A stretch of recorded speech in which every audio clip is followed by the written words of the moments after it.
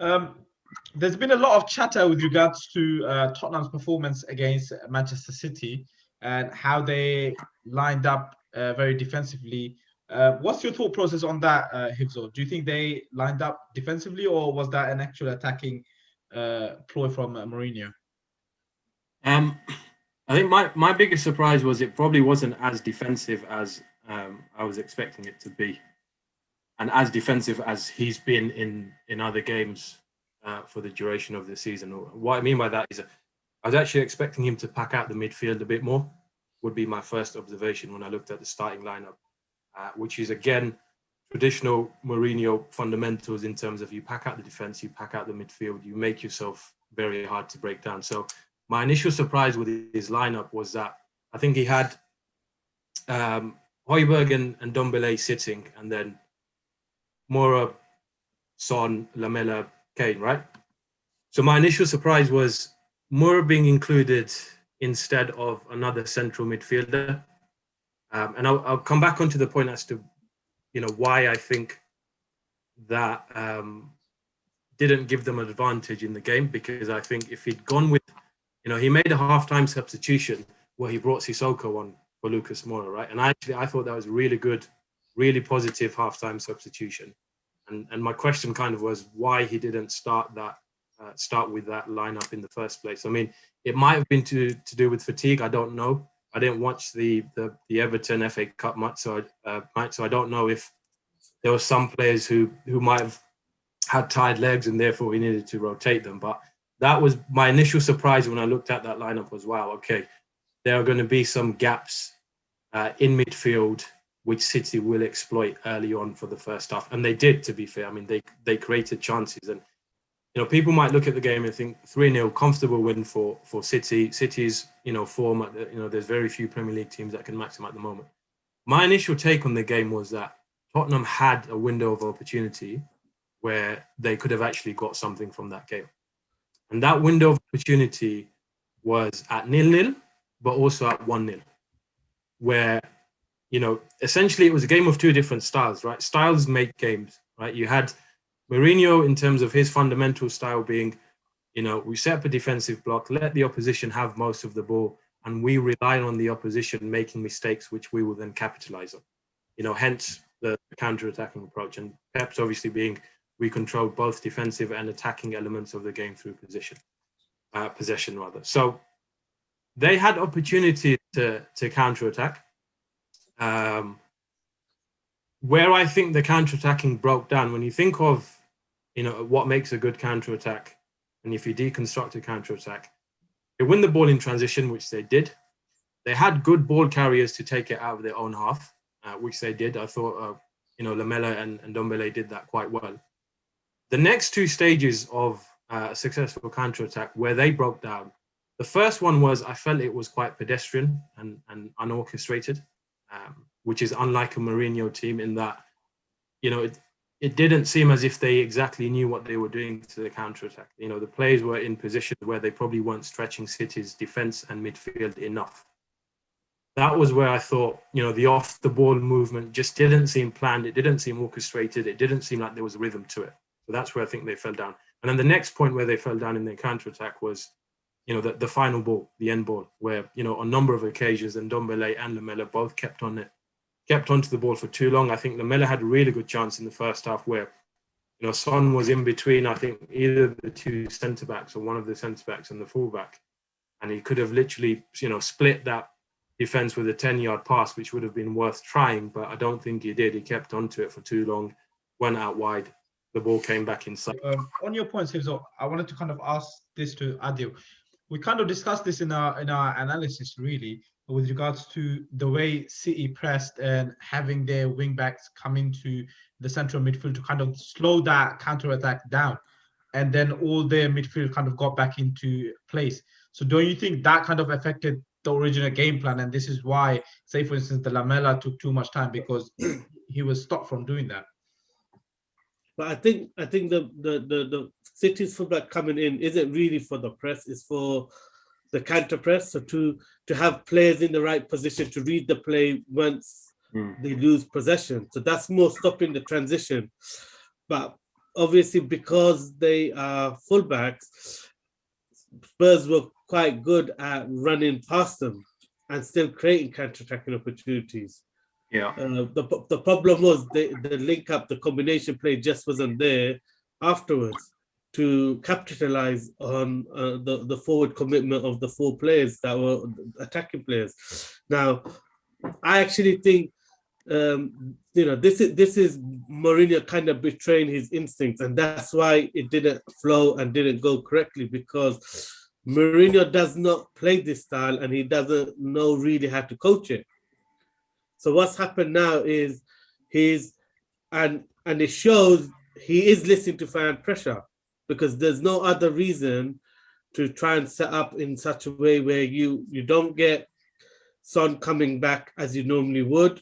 You don't get Mora coming back. You don't get Lamela was tracking to a point, but then even as the two defensive mids, as Hisso alluded to, Ndombele was not playing like a defensive mid. He was playing like a centre mid. So you had Højbjerg stretched on both sides of the field, wherever the attack went, which was if it was attack down Bernardo Silva and the right hand side.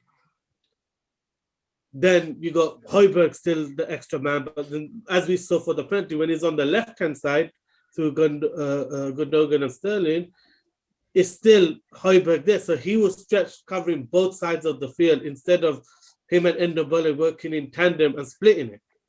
So another interesting point Hisso made that, obviously Mourinho is betraying this, but I think Mourinho does this a lot. He done this with United as well, where suddenly under fan pressure, he'll set the team up to play attacking, but it's not because of fan pressure. He wants to make a point. He wants them to lose, and then it kind of, everyone goes back to the formulaic that, okay, Mourinho gets results to this low block counter-attack style.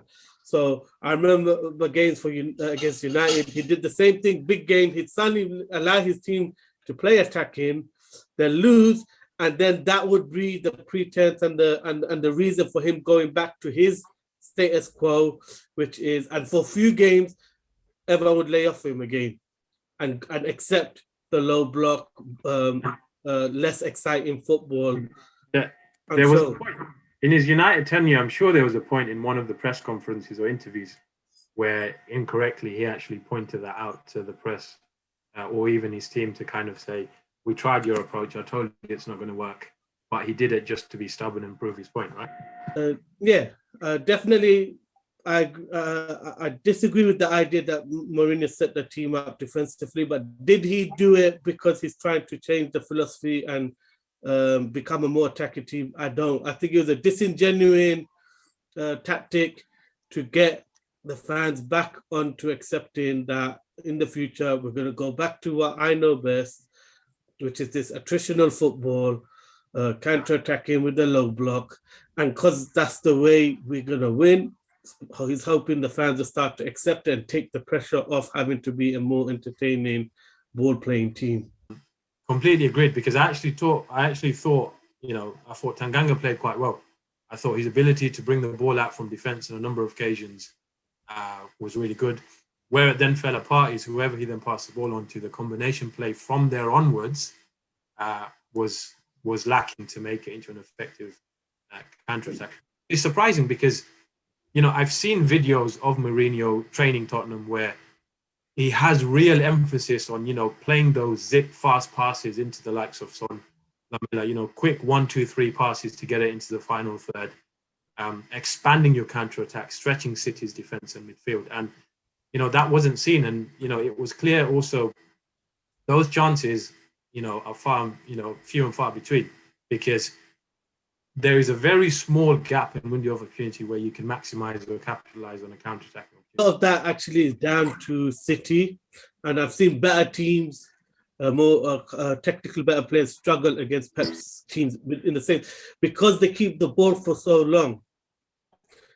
What happens is the team, when they get the ball, those players are used to having the ball and they've been defending and chasing the ball for so long. When they get it, they get desperate and they hold on to it for too long. And because they don't have the rhythm of playing with their head up looking at the options and passes. So what happens is they play with their head down. Then when they look up, they see passes, but they're not ready to send it because they ain't got the ball at the feet. And you see this, and it happens a lot. And you have to credit the possession play and the domination of the possession that City do, because they tend to do these two good teams where they make the players desperate, and those players end up holding on to ball for too long. And that's because they've been starved of it. So they ain't got the rhythm and the flow to see the opportunity to send the combination, to send the pass.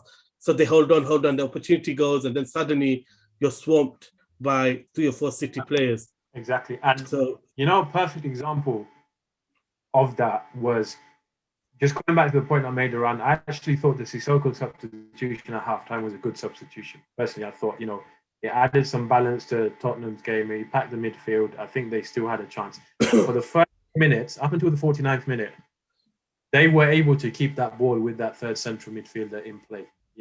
Both Ndombele and Sissoko were able to pivot, take the ball out. Højbjerg made some really good passes in between the midfield and defensive line.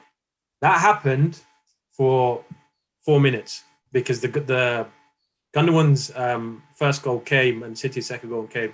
I'm sure it was about 49th, 50th minute, right? And that was just going back to Adil's point around City being so good, where up until that point, the Sissoko substitution in the beginning of the second half, Tottenham were more or less starved of that ball. That was probably the first 4 or 5 minutes where they really managed to play out from their own half, keep the ball, string a few passes together. City realized, they adapted, they jumped on it, the press and the system Guardiola sets up. And then what you then realize is, okay, Tottenham are probably getting, I don't know their mindset, obviously, but they're probably thinking, we're getting into a rhythm, we're stringing a few passes together. But you still have to, bear in mind, City are still alive and breathing, as in, yes, you might be doing well in putting some passes together, but the other team, is still present. That second goal was because they're playing passive football. They had enough men run behind the ball, but the strangest thing is they were so passive in their approach off the ball that Sterling from the right wing dribbled all the way across the box. Literally, I've never seen that before. He dribbled from one end to the box, complete to the other side, walked past about 7 players, and no one put a foot in, or even physically put pressure on him. He just walked all the way across, and then they do a quick 1-2, and then they play. Sterling plays it blindside run into Gundogan. Now the problem is, in all of that time, they had so many players behind the ball, but they were passive. Not one of them was going to meet the ball. Even the way Sterling was able to pass to Cancelo, and then Cancelo gives it back, and then he plays in good.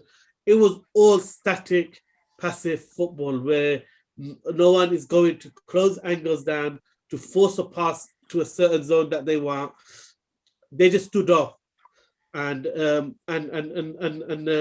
great thing is, obviously, for the third goal, they recognized when that Spurs were high pressing and pressing the game, and they went direct, and they showed every facet of the game, which is they can mix their game out. But the problem was, in the second half, even though it was the right change, they still played passive. So first half they played reactionary, second half they went to passive, which was even worse. So I still feel like. Do you think that's down to like mentality, or do you think it's just tiredness? I mean, what could be the cause of this? Well, I mean, the thing is, it could come down to tiredness because they went into extra time against Everton. So you can't say. But the thing is, we know Mourinho's a manager who, like, he's not big on fatigue and tiredness. He's big on mentality.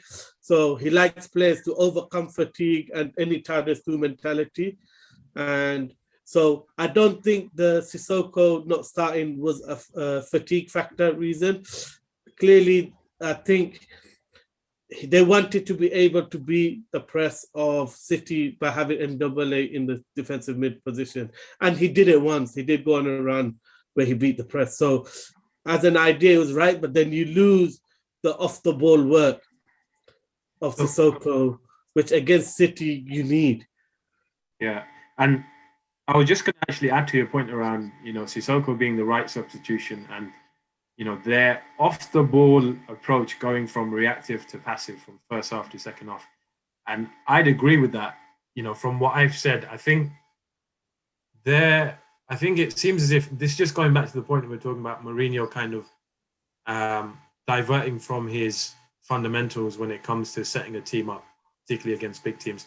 It seemed as if, for whatever reason, I don't know if it was because of Mourinho players, there was more focus on what we do with the ball and what can some of the midfielders in our team do with the ball, as opposed to, that defensive mindset. Okay, off the ball, it almost seemed as if they'd forgotten the core principles and fundamentals of what they needed to do as a team, particularly the front three and the middle three off the ball. And the worst thing is it backfired both ways, because, the opportunities they could have created on the ball just weren't happening because, as we say, because of their lack of combination passes and skill. And then secondly, to add to that, the off the ball wasn't great either. And I think a combination of both of those things points towards, that's why if you look into it like that, it makes sense why City went away with a 3-0 win, a clean sheet and plenty of goals to show for it as well.